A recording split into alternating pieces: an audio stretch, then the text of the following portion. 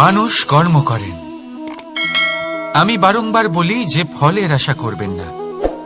তাও মানুষ কোথাও না কোথাও নিজের কর্মের বদলে কোনো না কোনো ফলের আশা অবশ্যই রাখেন। কখনো তিনি সফল হন, কখনো অসফল।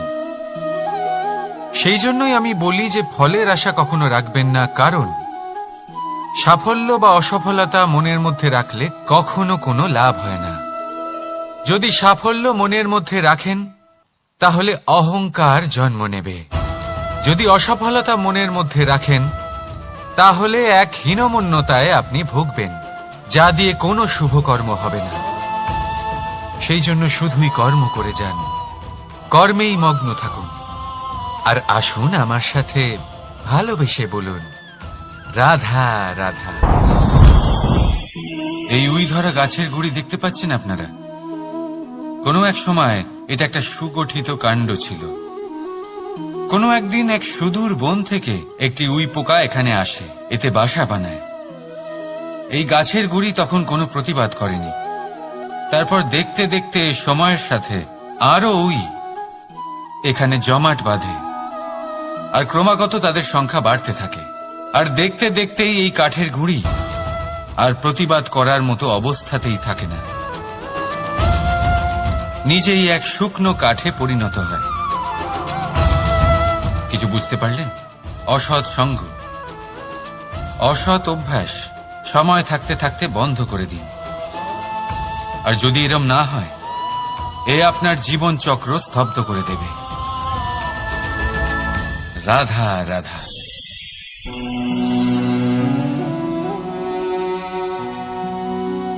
করে দিলাম শেষ। সংসার সর্বদা কৃষ্ণকে এই কথা শোনাবে যে কৃষ্ণ নিজেই নিজের মামার হত্যা করেছে। কিন্তু এটা সময়ের প্রয়োজন ছিল। আর এ কিন্তু হত্যা নয়, বধ ছিল। আর ব্যক্তি নিজের বধ নিজেই ডেকে আনে। এই সংসারে এগিয়ে চলা অতি আবশ্যক, কিন্তু কোথায় নিজেকে থামাতে হবে সেটা জানা তার চেয়েও বেশি আবশ্যক। আর যে এটা বুঝতে পারে না তার অন্ত সুনিশ্চিত। যে ব্যক্তি নিজের ভুল বুঝতে পারে তার মুক্তি লাভ হয়, আর যে স্বীকারও করতে পারে না তার বধ সুনিশ্চিত। মথুরার রাজা কংস, তার বধ এই জন্য হয়নি কারণ সে আমায় হত্যা করার প্রয়াস করেছে, আমার মাতা পিতা বা আমার দাদুকে বন্দী করেছে। ওর বধ এই জন্য হয়েছে যে ওর ঘৃণা প্রেমের সীমায় আসা সত্ত্বেও থামেনি। কংস মামা এটা কখনো বোঝেনি যে নিজেকে কখন থামাতে হবে। আর যা কিছু সে করেছে, যত পাপ সে করেছে, তা নিয়ে কখনো মন্থনও করেনি। অনেকবার বোঝানোর পরেও সব সময় প্রেমের থেকে মুখ ফিরিয়েছে। আর কি করল? শুধুই ঘৃণার দ্বারা এই ভালোবাসার ক্ষতি করার চেষ্টা করল। তাই মনে রাখবেন, এই সংসার, এর জীবন শক্তি হল প্রেম। আর যে এই প্রেমের ক্ষতি করার চেষ্টা করবে তার অন্ত, তার বধ সুনিশ্চিত। রাধা রাধা। বন্ধু আর শত্রু, প্রত্যেকের জীবনের একটা বড় অংশ এর উপরে নির্ভরশীল হয়ে থাকে। আপনার জীবনে সফলতা আর অসফলতাও এর উপরে নির্ভরশীল। কিন্তু এই বন্ধু এবং শত্রুদের খুঁজে পাওয়ার জন্য আপনাদের বাইরে যাওয়ার প্রয়োজন নেই, কারণ এরা স্বয়ং আপনার ভেতরেই আছে। আপনি যদি বিনম্র থাকেন, যদি আপনি নিরন্তর প্রয়াস করতে পারেন, তাহলে আপনার কোনো বন্ধুর প্রয়োজন নেই। যদি আপনার মধ্যে অহংকার থাকে, যদি প্রতি কথায় আপনার মধ্যে ক্রোধ উৎপন্ন হয়, তাহলে আপনার শত্রুর কোনো প্রয়োজনই নেই। নিজের অন্তরের এই বন্ধু ও শত্রুকে চিনুন, আর আমার সাথে ভালোবেসে বলুন, রাধা রাধা। একে চিনতে পারলেন? একে কুঠার বলা হয়। আপনারা জীবনে কোথাও না কোথাও কোনো না কোনো রূপে এটা দেখেই থাকবেন। একটা ব্যাপার নিশ্চিত, এই কুঠার ছাড়া কোনো বৃক্ষকে কাটতে পারা সরল নয়। এবার আপনি কখনো এটা ভেবেছেন, এই কুঠার, এর এই অংশ, এর মুখটাই যদি না থাকে তাহলে কি হবে? এ শুধুমাত্র কোনো বৃক্ষই নয়, তার কোনো ডালও কাটতে সক্ষম হবে না। এবারে ভাবুন, এই শুকনো কাঠের হাতল এ আমরা কোত্থেকে পেলাম? কোনো এক বৃক্ষ থেকেই। সেই ডাল যাকে কেটে ফেলা হয়েছিল, এক বৃক্ষকে কাটার জন্য এই ডালই শস্ত্ররূপে প্রস্তুত। আমাদের জীবনে আমাদের প্রিয়জন, আমাদের আপনজন যখন সময় কখনো কখনো তাদের সঙ্গ না দেয়, যদি তারা দৈন্য দশায় থাকেন, তাহলে তাদের সঙ্গ কখনো ছাড়বেন না। ওনাদের প্রয়োজন শুধুমাত্র মনোবল। তা তাদের দিন। তাদের সাহায্য করা আপনার কর্তব্য। হয়তো তাদের সাথে থেকে আপনার কোনো লাভ হবে না, কিন্তু তাদের দূরে থাকাতে আপনার ক্ষতি অবশ্যই হতে পারে।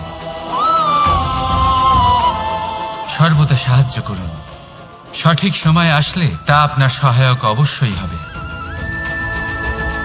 রাধা রাধা।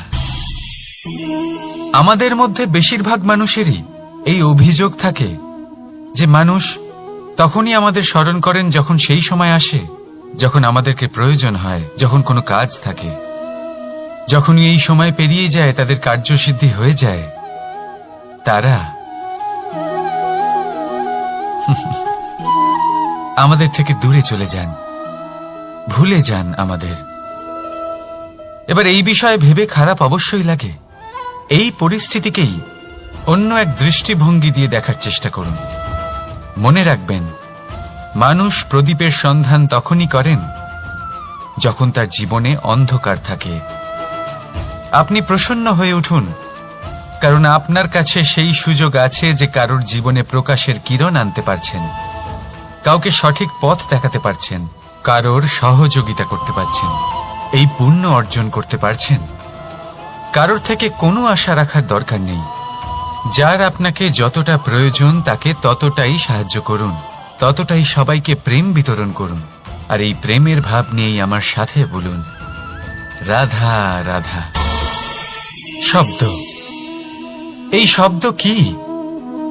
ফুসফুস থেকে নির্গত বায়ু, যা কণ্ঠের সাথে ঘর্ষণে কম্পনে পরিবর্তিত হয়, এই কি শব্দ? না, শব্দ হলো নাদ। শব্দ হলো ব্রহ্ম। এই শব্দ অত্যাধিক শক্তিশালী। এই শব্দতে এত শক্তি থাকে, এই সংসারকে বদলে দিতে পারে। আপনার শব্দ বীজের ন্যায় হয়। কারোর মনে কাঁটাও উৎপন্ন করতে পারে, আবার পুষ্পও উৎপন্ন করতে পারে। যদি কোনো ব্যক্তি নিরাশ হন, নিজের জীবনের সব থেকে কঠিন সময় পার করছেন, তাকে প্রেরণার দুটি শব্দ বলে দিলেই সে অসম্ভব থেকে অসম্ভবকারী কার্য করে দেবে। যেমন জাম্ববানের প্রেরণার দ্বারা বীর হনুমান সাগর পার করেছিলেন। আর যদি কেউ উৎসাহী হন, তার উৎসাহ কম করার জন্য বলা দুটি শব্দ তাকে তার পতনের দিকে নিজে থেকেই নিয়ে যেতে পারে। তাই এই শব্দের মাহাত্ম্য বুঝুন, শব্দের শক্তিকে বুঝুন, আর আমার সাথে ভালোবেসে বলুন, রাধা রাধা। এই পাত্র দেখছেন আপনারা? কি সুন্দর এটা। জলকে শীতল রাখে আর ঘরকে সুন্দর। এবারে ভাবুন, যদি এই পাত্র আমার হাত থেকে পড়ে যায়, তাহলে ভেঙে গেল, তাই না? এবার কি হবে? আপনি বলবেন সহজ ব্যাপার, আরো একটা পাত্র কিনে নাও, এক মুদ্রায় পেয়ে যাবে। এই পাত্রের বাস্তবিক মূল্য আপনি যদি জানতে চান, তাহলে সেই কুম্ভকারকে জিজ্ঞাসা করুন, যিনি এই পাত্র বানিয়েছেন। কতটা পরিশ্রম করতে হয়েছে ওনাকে তা জিজ্ঞেস করুন। সর্বপ্রথম তিনি সেই মাটি মেখেছেন, তারপর তাকে চাকায় বসিয়ে গঠন করেছেন, তারপর কতবার চেষ্টা করে তাকে সঠিক আকার দিয়েছেন, তারপর আগুনের তাপে পুড়িয়ে তাকে কঠিন বানিয়েছেন, তারপর রং করে তাকে সাজিয়ে আমাদের সামনে প্রস্তুত করেছেন। এত পরিশ্রম দ্বারা তৈরি এই পাত্র আমরা স্বল্প দামে নিজের করে নিলাম। এটাই হয় পরিবারের সাথেও। অনেক সময় মানুষ আবেগের বশে, স্বার্থের কারণে এই পরিবারকে ভেঙে ফেলে। কখনো ভেবেছেন সেই মাতা পিতার বিষয়, যারা সেই পরিবারকে গড়ে তুলেছেন, তাকে আগলে রেখেছেন, পালন পোষণ করেছেন? কখনো ভেবেছেন সেই বিষয়ে? ভবিষ্যতে যদি কখনো এরকম কোনো চিন্তাধারা মাথায় আসে, এমন কোনো ভাবনা আসে যার কারণে আপনি পরিবারকে ভাঙতে চলেছেন, নিজেকে আটকে নিন। নিজেকে মনে করান সেই মাতা পিতার বিষয়ে, ওনাদের পরিশ্রমের বিষয়, ওনাদের ধৈর্যের বিষয়, তাদের প্রেমের বিষয়। আপনার আশা আবেগ, আপনার স্বার্থসিদ্ধি, এই সব কিছু তার সামনে খুবই ছোট মনে হবে। রাধা রাধা। এই সংসারে আলোর উৎস কি? সূর্য। এই সংসারে মিষ্টি জলের উৎস কি? নদী। এই সংসারে উচ্চতার প্রতীক কি হয়? হিমালয় পর্বত। আমরাও জীবনে এরকমই হতে চাই, সূর্যের মতো তেজস্বী হতে চাই, নদীর মতো পূজনীয় হতে চাই, হিমালয় পর্বতের মতো উচ্চতা লাভ করতে চাই। সব ঠিক আছে, কিন্তু তার জন্য আমরা কাজ কি করি? যদি এরকম আমরা হতে চাই, তাহলে সবার আগে সূর্যের মতো নিজেকে উজ্জ্বল করুন। সূর্যের সব থেকে বেশি আলো নিজের অন্তরে থাকে। নদীর মতো নিজের পথ নিজেই তৈরি করুন। পাথরের সাথে ধাক্কা খাওয়ার পরেও থেমে না যাওয়া শিখুন। হিমালয় পর্বতের মতো উচ্চতা লাভ করতে হলে সেটার মতো অটল থাকতে শিখুন। একটা কথা অবশ্যই মনে রাখবেন, নিজেকে জ্বালাবেন, তবেই সংসারকে আলোকিত করতে পারবেন।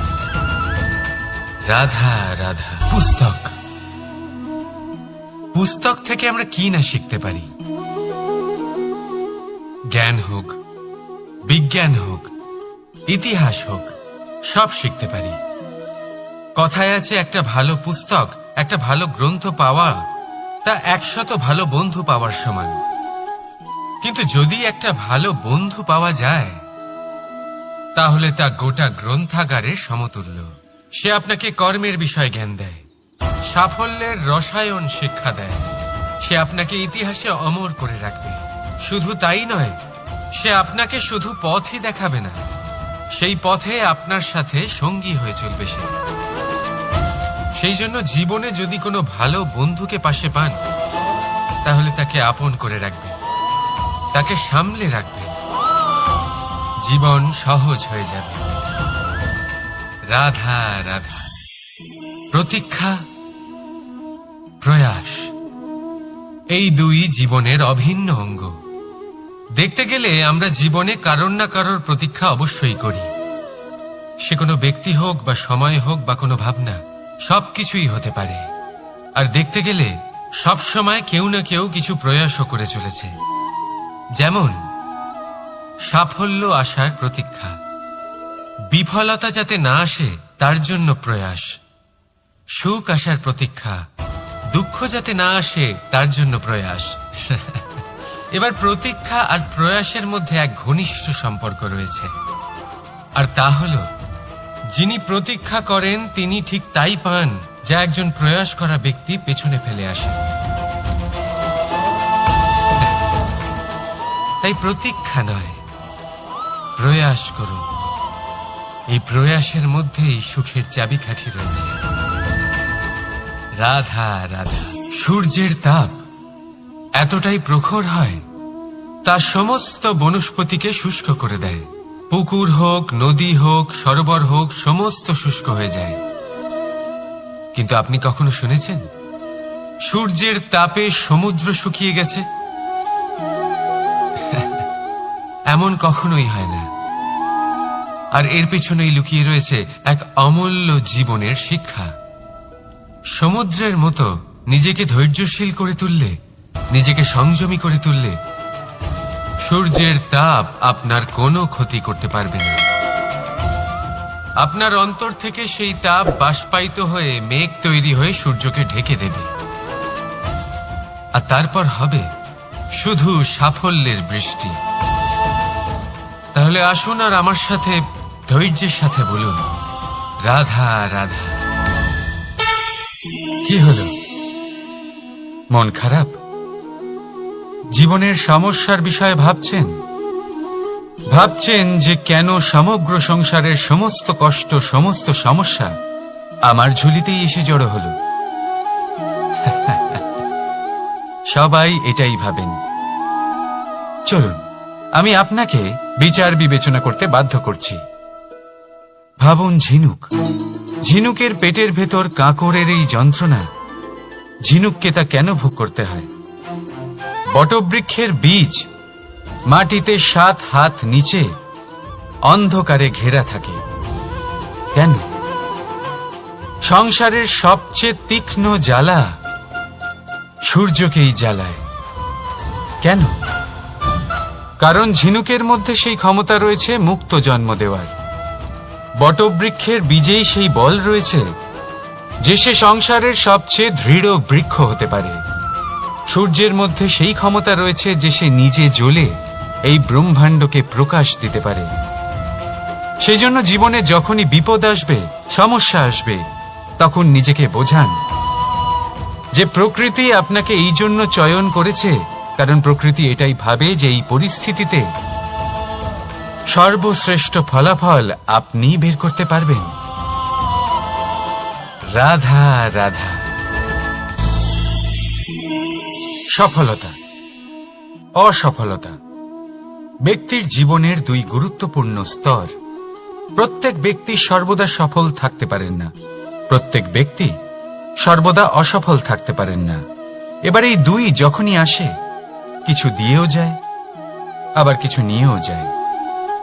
যখন অসফলতা আসে, তখন তা আপনাকে সাহস দেয়, আপনাকে ধৈর্যশীল বানায়, আপনার মনোবল বাড়িয়ে তোলে, কিন্তু আপনার প্রসন্নতা নিয়ে যায়। যখন সফলতা আসে, তখন তা আপনাকে প্রসন্নতা দেয়, বিশ্বাস দেয়, বিনম্রতা নিয়ে যায়। এবার অসফল হবার পরে ধৈর্যশীল হওয়া, এই সাহস জাগিয়ে তোলা, তাও বলা যায় সরল।